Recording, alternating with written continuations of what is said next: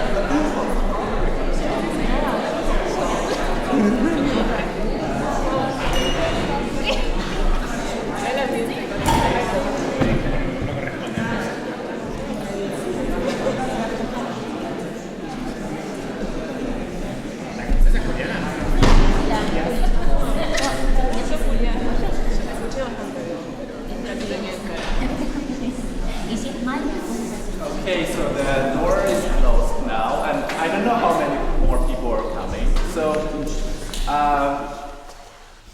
before I start, we begin, I would like to start from I want to talk the very personal thing, because I kind of know most of you, so I feel like I'm allowed probably to say that today is my birthday.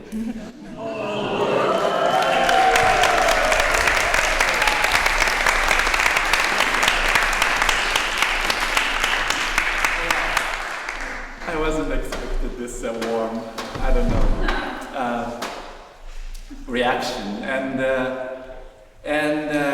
I don't know, before we begin, because also I have never expected this many people, it's so many, so thank you so much.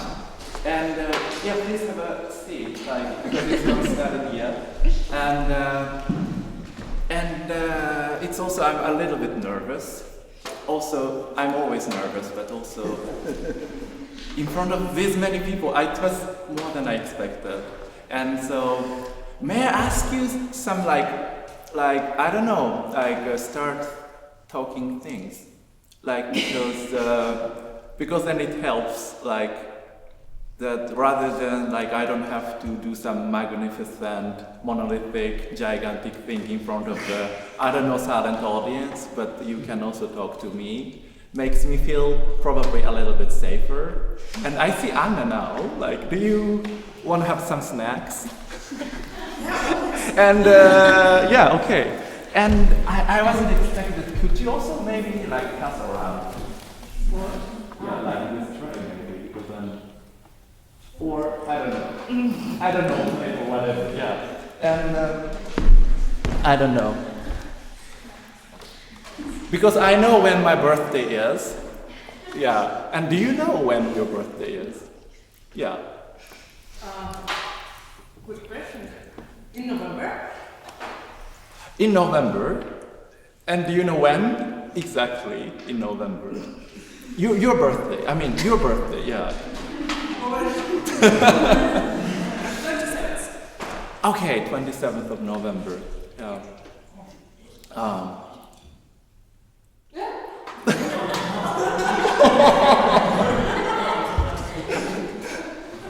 Oh, Lisa, when is your birthday? 8th of September. 8th of September.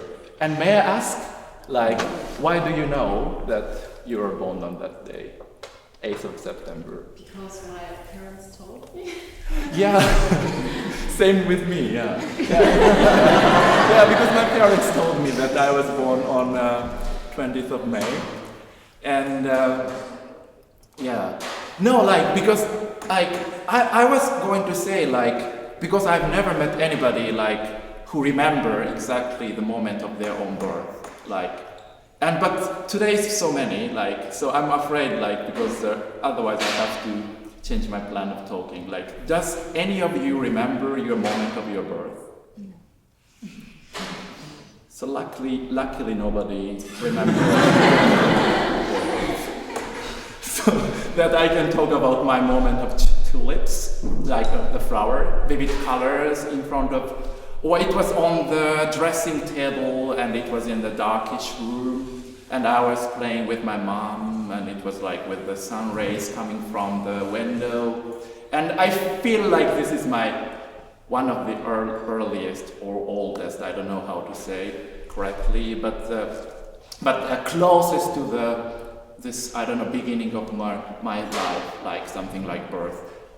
This is what I thought, but I also found out a photo exactly showing like that. So maybe this memory of the tulips next to the dressing table might be something I fabricated from this impression of these photos. And this photo was even on the dressing table exactly, I remember as it was there in my memory. And what interests me is this, I don't know, like this, something about this beginning, like you cannot exactly remember the beginning of your life. At least like those who are here, because some people does, or some people insist. And, but also not only the beginning of your life, like if you think about any beginning of anything, like then, trust me, you would get stuck, like beginning of, like beginning of, let's start like big thing, like universe, like, maybe it's too big, but people say something about Big Bang, and I have no knowledge about, I know nothing about that, but people say something a lot about Big Bang, or people say something about beginning of the human being, and you have to dig the earth and the excavation, and then you trace back something like beginning, but you cannot point your finger exactly where or when it happened. And in this sense, it would be even like difficult to say when is the beginning of the civil rights movement or French Revolution or even the Fifth Symphony by Beethoven or whatever. Like I want to say like this cloth of mine, like where is the beginning of this? And I might go to factory, which I didn't, obviously, but if I did, then I might be satisfied for a while, like, okay, maybe, because I might see the moment of this is made. But then I might find out, but there's something like a string sewing around this. Then where does it come from? Or I also see the zipper material, I don't know what it is, metal or something. And it also comes from somewhere. But not only this material coming probably outside of this factory of this clothing, but also somebody has made the plan for this clothing. Somebody had a sketch or something. And then it is always like that. Like when you want to trace back and point your finger to some beginning, then something else is already existing. And I want to say some strange thing, like what about the silence of this speech? Because what I'm saying, or what I am saying here already exists, but also the silence between my speech also exists. So that, what if I say, like, something is constantly beginning every time I stop saying things, but also it is constantly interrupted every time I start saying things again.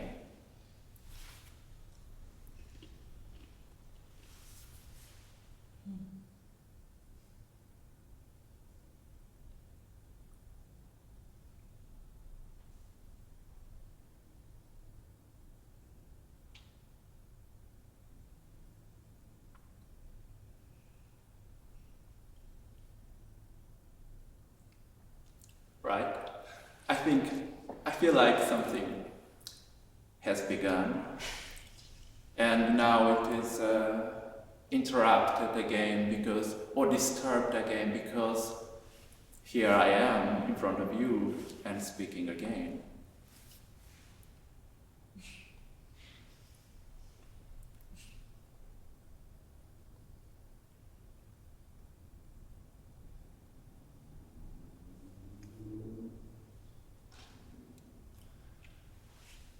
And I feel like this time was shorter, like the second time I'm in.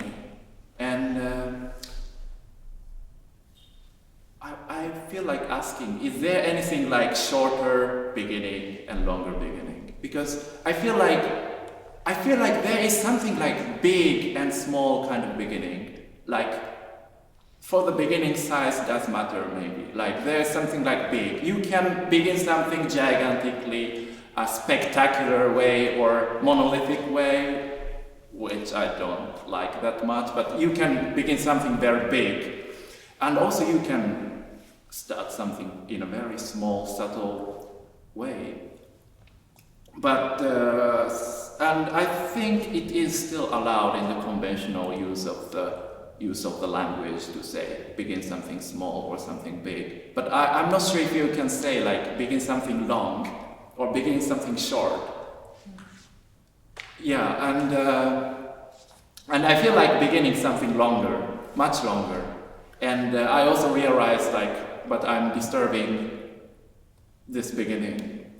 And because I'm speaking and I also like to speak to many people. And so somehow I don't want to stop speaking. Yeah. And so, yeah, so the stop speaking is not a good way. And other way is, what if I disappear totally from this world? But then I cannot see this beginning. So, I want to become somebody else, and and I will no longer me. And this is something I want to ask you, because I have a balloon, and yeah, I mean, because I have a balloon, and it doesn't make sense yet, but maybe you will see.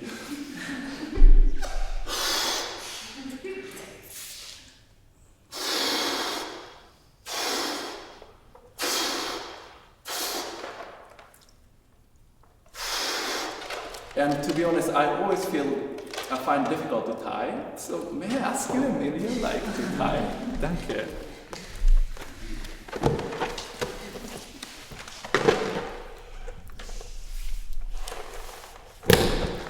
Oh, so quick. Thank you. Because I couldn't do it in several times. So, and I want to say it, like, because I want to say this is me now. And I'm no longer me. And I'm not sad to see the kind of a skeptical face or like you're not convinced yet. This is something I have already expected. I already said, like, I know most of you, but like for those who don't know me or whom I don't know, it doesn't matter. I'm just referring to the fact that this person is standing here in a situation which is called theater, or the room which is called theater, and then telling that it is his birthday today. And then next moment he's saying like, but it's not me, but it's him. He's me, and I'm no longer myself. And this situation probably doesn't make sense. This is something I'm talking about. But I also don't want to give up the situation. Like, I wanna try out. Like, what if I say like, this is my face? Oh, I blew up a little bit bigger than my face. But anyway, like I put it here, and I say like, this is my face. And I also want to say, maybe this is his cloth, my cloth, and. So it would be something like this.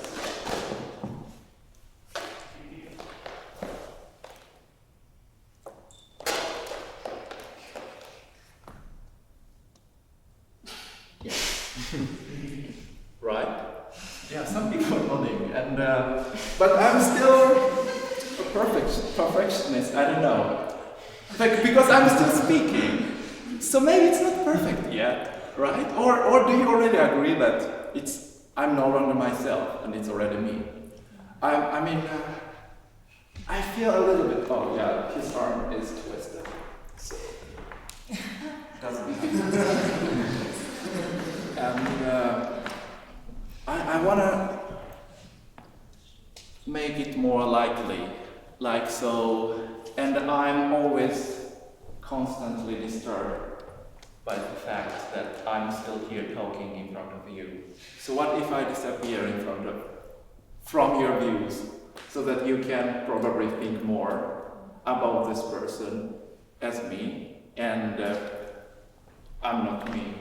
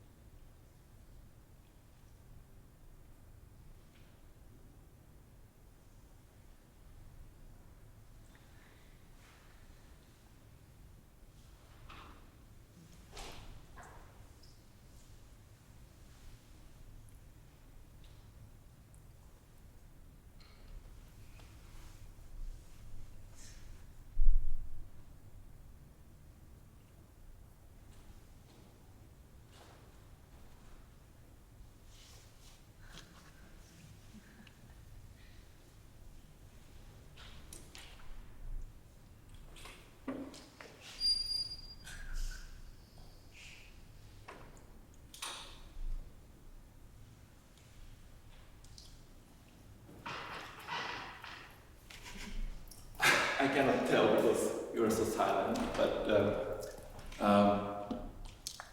now do you recognize me as somebody else than before? I guess not. And this is still my expectation that, or somebody might already agree, but somebody also, if this person disagree with the situation, that I'm not still 100% somebody else. And I have decided to tell a story. I already decided to do it before coming here, but I don't know why I wanted to tell you this story.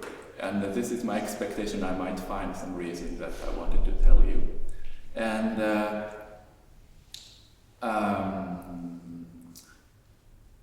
I was expecting like few people coming around here, like, but it's so many. Maybe you can stay here, but right? What do you think? Like, or it would be also fun to be like. Do you want to come closer?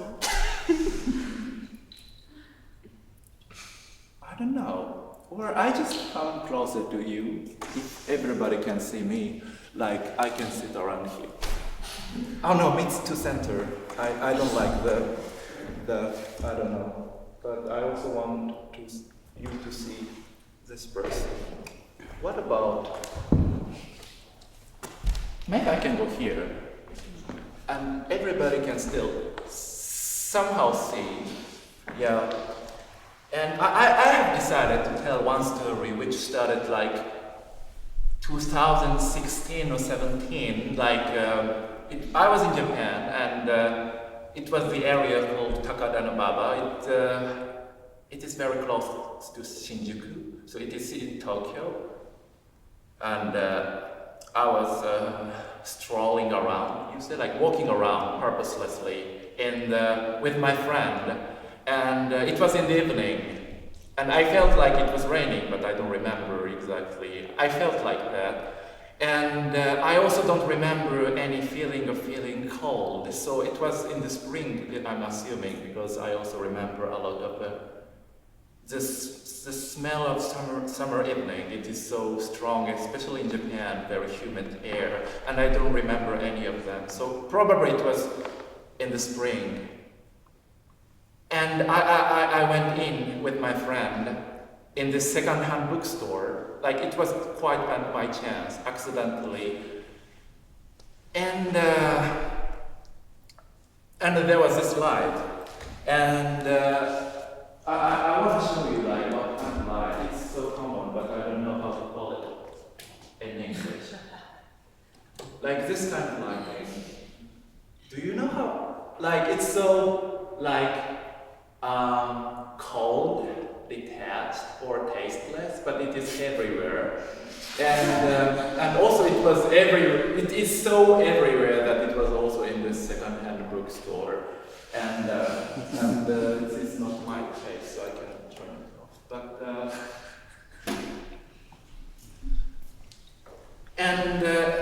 it already. Where was I? Maybe I was like here. And it already tells you something, I guess. Tells you something like it's not like very antique, artsy kind of second-hand bookstore. It's really commercial and selling books. So what was lit by this light was like comic books, games, very bestseller kind of books. Banana Yoshimoto, Mieko Kawakami, Haruki Murakami, or something like that. And also many Japanese people don't speak any other language than Japanese. And their purpose of this second-hand bookstore is obviously the selling. So that I don't usually see any other language in this second-hand bookstore. But my friend, than Japanese, I mean. But my friend found one book which was written in English. And it was written by Yoko Ono. She's still Japanese, or she's already American, I'm not sure. But the book was anyway written in English. And it was like a square-shaped book in a very vivid lemon yellow cover. And it costed like 500 yen, which is like 3 euros or 3.5 euros. And I couldn't afford it at the time. But my friend could. And I was so lucky. I was still lucky enough that I could borrow this book. And I could keep borrowing when I went to the exchange study to California. I could still borrow it. And then I was surprised by the fact that I was still surprised by the book, because everything else outside of this book, this environment in California was so surprising. Like, you can smoke marijuana everywhere, every time, even on campus, and security people don't even care. Or theoretically, it's also possible to be naked everywhere around on campus. Or you can be obsessively, extremely, insanely, stupidly passionate about everything. Mushrooms, love, sex, music, art, whatever, life, or some obsession of, I don't know, this is so different from this environment in Japan, I would say. I was so surprised. And then, but I was still surprised by this book, and this fact also surprised me. It's a book, and then I remember one text. It is called Closet Piece Number 1, Number 2, and Number 3. And the Closet Piece Number 1 was something like, remember something in a which half I forgot, of your brain or mind or something, or memory, and forget about it in the last half of your memory or brain or something. Like right half, left half, or upper half, lower half, I don't know. But this half remembering and half forgetting state was instructed on the in the closet piece number 1. And I really don't remember closet piece number 2. I really don't. I only remember some shift of the twist.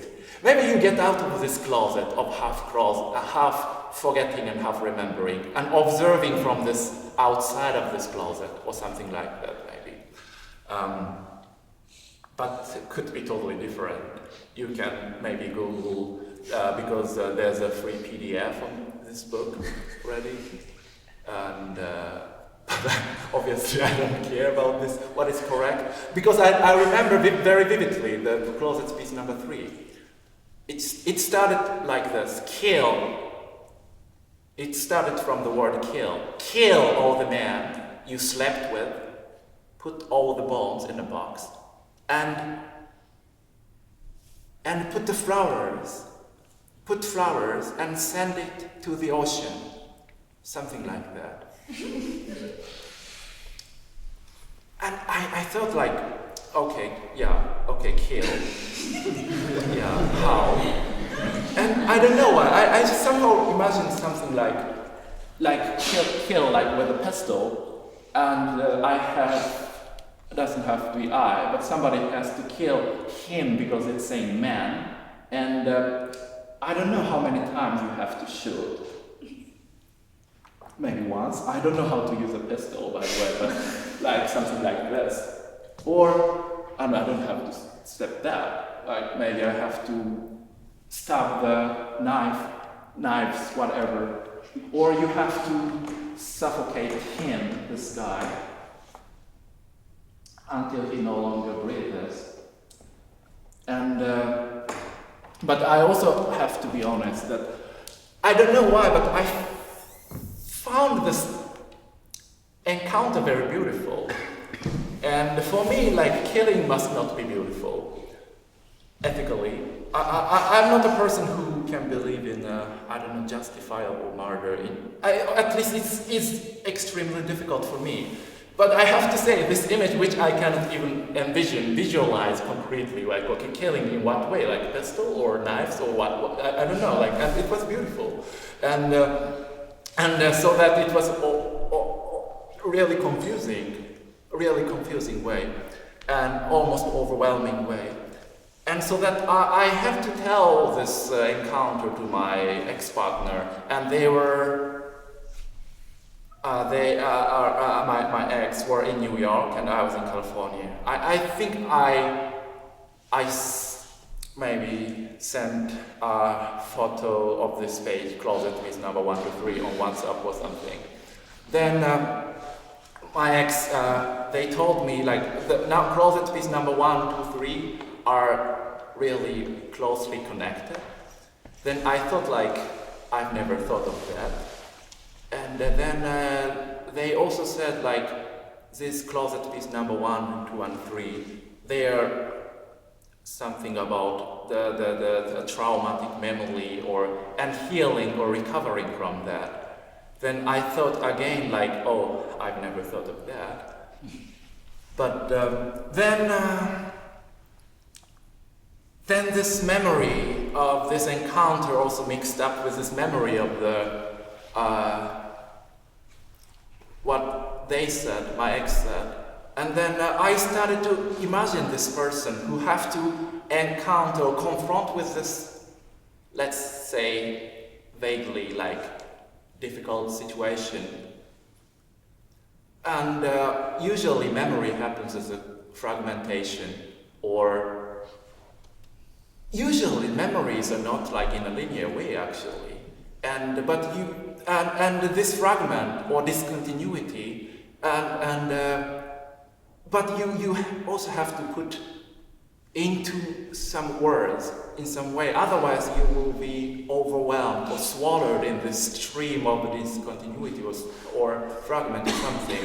And I feel like I can imagine this person saying these things in the words which are not actually connected at least in a conventional way. You don't put the word kill next to the man you slept with, and then like put the bomb in a box, and flowers and oceans, and the killing and bombs and flowers and oceans and sleeping with men like these are the fragments of some encounter, like, and you have to put it at some moment. And here is something. That's why I sometimes believe strongly the power of saying, power of speaking rather than the power of writing. Like, because then when I stop saying these things, then it's gone. But somebody might remember. And I felt like this is not encounter with the reading, but more like encounter with the speech, because somebody like me still remembers this. I don't know, some struggle, confrontation of this discontinuity or fragmentation. And I also know that it will no longer happen, like a performance. Because I had to leave this apartment in California, and I thought my flatmate could kill me or something, in a little sense, like it was in a danger, and Corona happened, and my ex was also visiting me, and we decided to leave California for Brussels, and we packed everything in 5 hours, and then like it was 1 or 2 days before the lockdown in Europe, and then like my ex said like you can bring more than 10 books, and I had like 100 books in the closet or something. Then I decided to leave it there. But even though I could come back at the time and then exactly the same place, and I opened the closet and then see this page, I feel like this vividness of this memory is already gone, and it seems like I'm already recovered from this or healed from this. I don't know, fragmentation of this memory. And it doesn't have to be any traumatic memory, but I also think like many people have this, I don't know, vivid memory, which is so vivid that you also know that, well, no longer happened. So that it could be also extremely beautiful memory, or at least like extremely exciting encounter or something. I don't know. Like, I believe like many people have that. And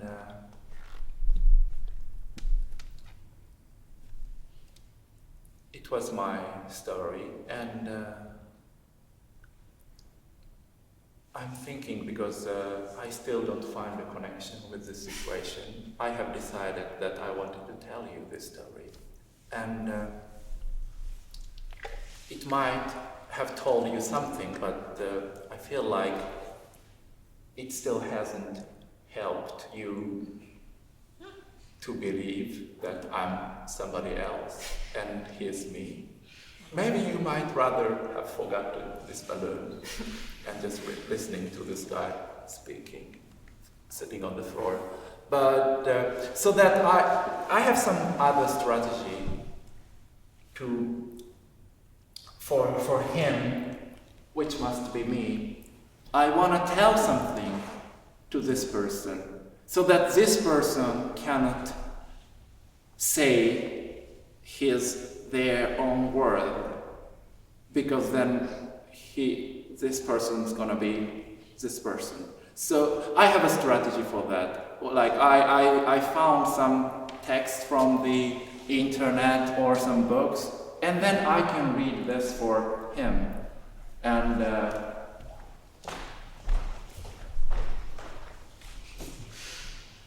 I have some text here, and this can be something like that.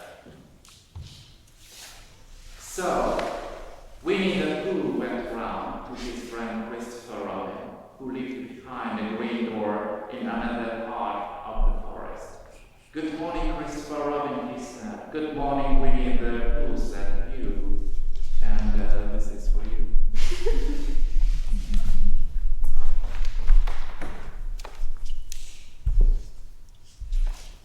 I wonder if you've got such a thing as a balloon about you. A balloon, yes, I just said to myself coming along. I wonder if Christopher Robin has such a thing as a balloon about him.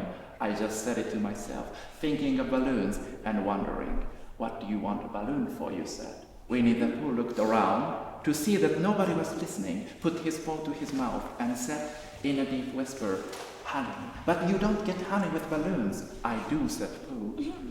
Well, it just happened that you had been to a party the day before at the house of your friend Piglet, and you had balloons at the party. You had had a big green balloon, and one of Rabbit's relations had had a big blue one, and this is for you.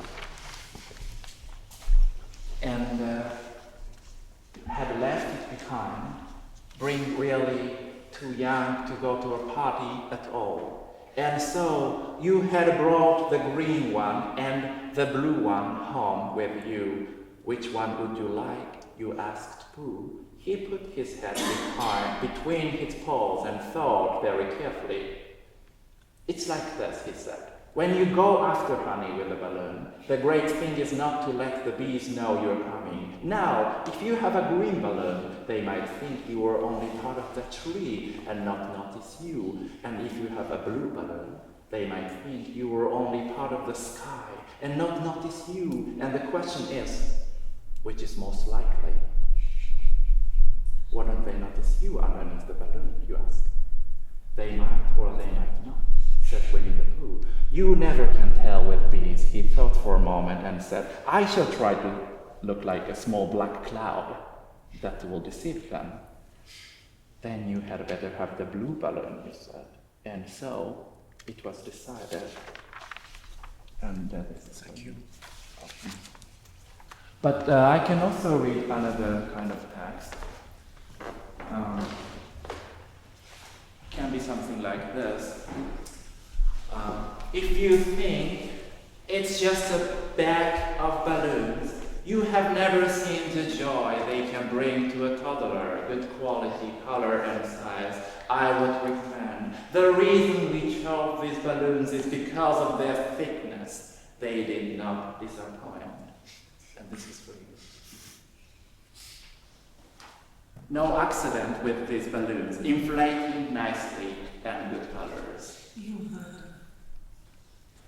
I've ordered a lot of 12-inch balloons in the past, never with any problem. These, however, when fully inflated, are hard to knot up. The only way I could get the knots into the tip to keep the balloons from deflating was to let air out, making them effectively 10 inches or 11 inches.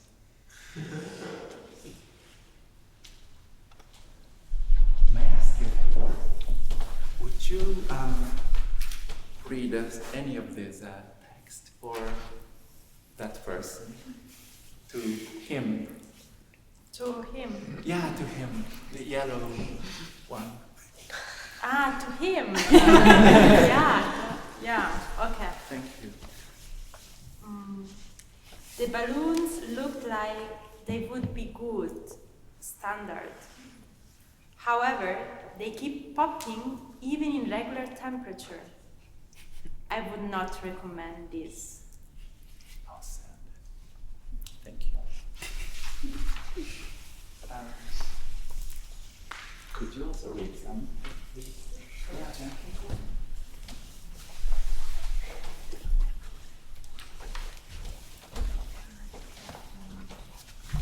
I bought these balloons for two reasons. One, I wanted the quantity. I was satisfied with cost and quantity. Two, I had hoped they were harder to pop than the average latex balloons. No, they popped just as easily as all the rest. It was worth the tryout. Thank you so much. I have many papers and we don't have to read it through, but I just want to give you these papers because I have many of them. Like,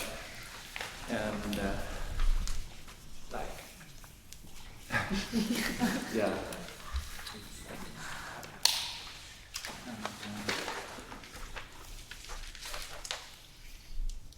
Oh, Anna?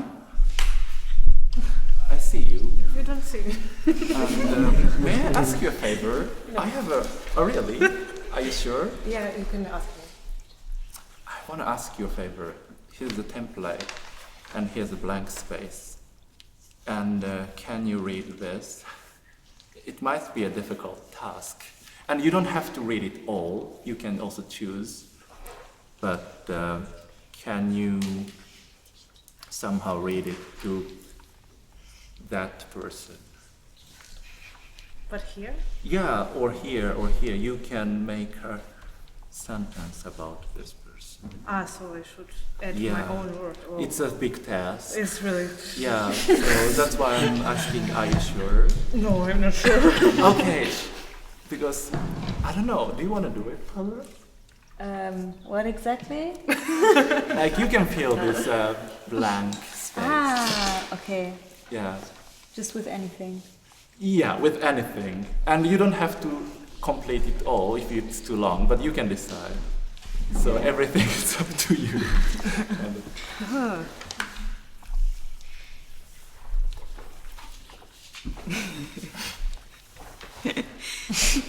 I'd like to begin by thanking everyone for coming to celebrate Teppei's life.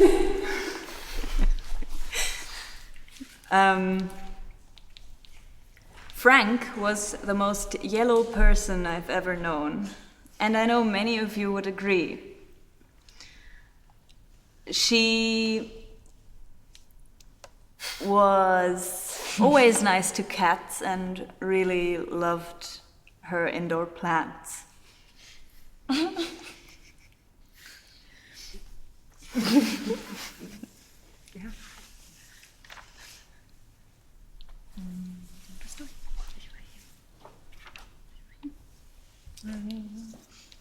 Indoor plants. Oh, das war das. Yeah. I made them up. Chris was born on the 22nd of April in 1864 in Cologne. She was the 7th child of Brenda and Bread. Her sisters and brothers are Chick, Chuck, and Simone. Her childhood was shit.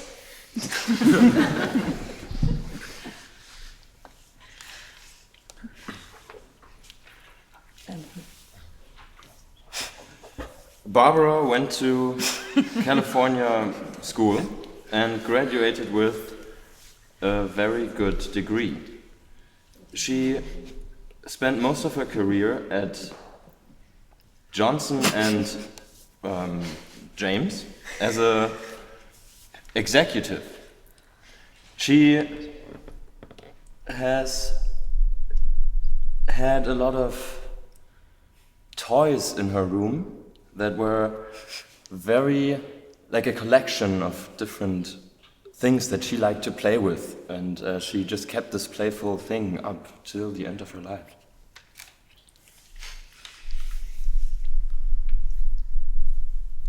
In 1978,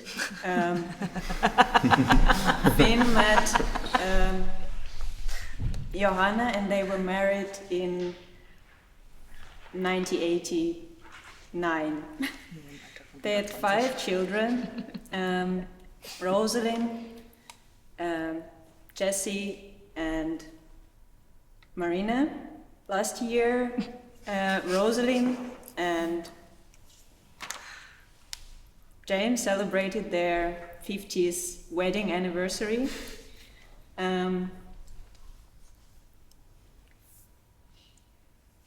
They really like to walk along the beach and spend evenings in bars and nice restaurants.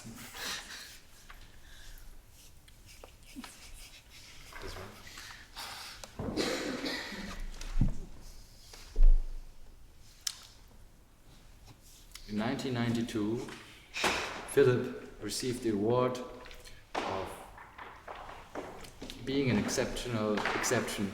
This award was really meaningful to him because for him, being outstanding was the only thing that counted. So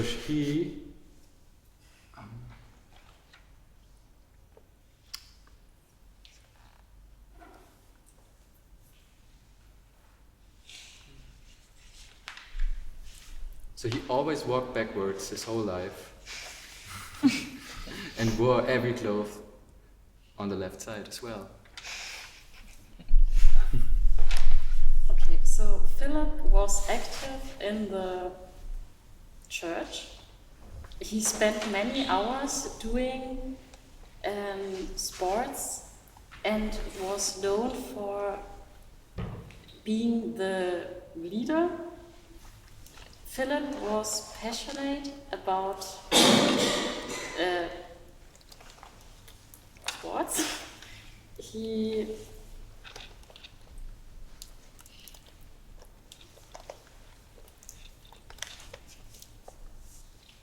was playing every day.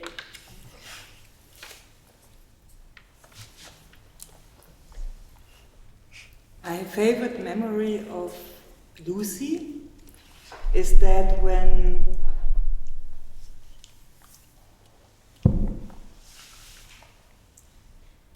she realized she was a really yellow person.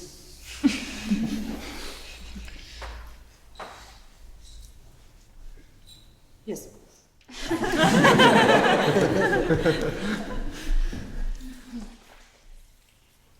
The world is a sadder place without Simon in our lives, but yes, Simon touched each and every one of us and has left us with memories we will cherish forever. Thank you.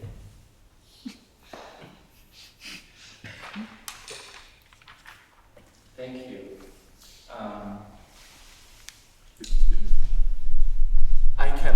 I can't remember all the names. Somebody was Lucy, somebody was Philip, and it started from my name, Teppei. And for those who didn't see this text, this text was a template for the speech for the funeral, which is of course all awful, moralistically, but my intention was make it as a funeral. Somehow, okay, dramaturgically, look, what we have doing is commemoration of his life. But to be honest, it didn't go that way because there are so many lives. Or maybe there are some fragments of that. But I don't know. Maybe I'm also Lucy. I'm also Philip. Anyway, and you have nicely said to honor his or her life. And so whether this is my text or his text or Lucy's text or whoever, I also wrote this person's text. And I shouldn't even say him now, their text. My assumption is they want to be remembered if they were to be dying. To be remembered as an artist. And I wrote a text. No, I mean, here's a text of them.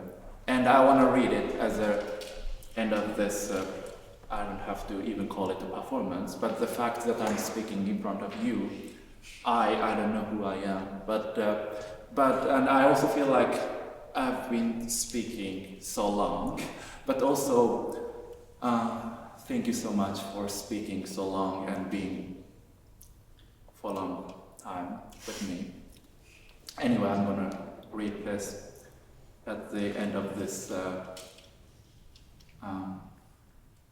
It's not even a commemoration, but at least I'm here speaking to you. I cannot name it. You can let me know maybe if you have some words to describe. If I'm joking, of course I am, but I don't know, or hopefully nothing to be sad about here. Yes, here, but you are me too. Yes, of course, true, if that's okay. Okay, awkward ending. is what? Nothing is nothing. If you find me ever, well, if you can find me like joking outside, you're breathing in between like nothing else without telling you that, or it's me, whatever, like nothing if I'm joking, or inside like sad, but I don't know, and yes, why, whatever, of course I am, and I like it, guess I'm good, who's gonna be here? Nobody cares if it's clean, if you think I'm joking from the... No, there's nothing to forgive. If you think I'm joking, no, if not nothing. If you think so, yes, alright. If yes, then yes, hopefully, and yes, so yes, finally, alright, like nothing. I don't know at all, or just wanna go, alright. No, if not, after all, nothing. If I'm joking, whatever, yes, I speak, or that then I am, if we're real again and again and more, I speak. She says, are you okay? Yes, looks different. You laugh. Then she says, too dramatic in that I, she says, am empty. Speak, she says, we are to speak, am I? And I, she says, I speak, and here, shh, speak, you know.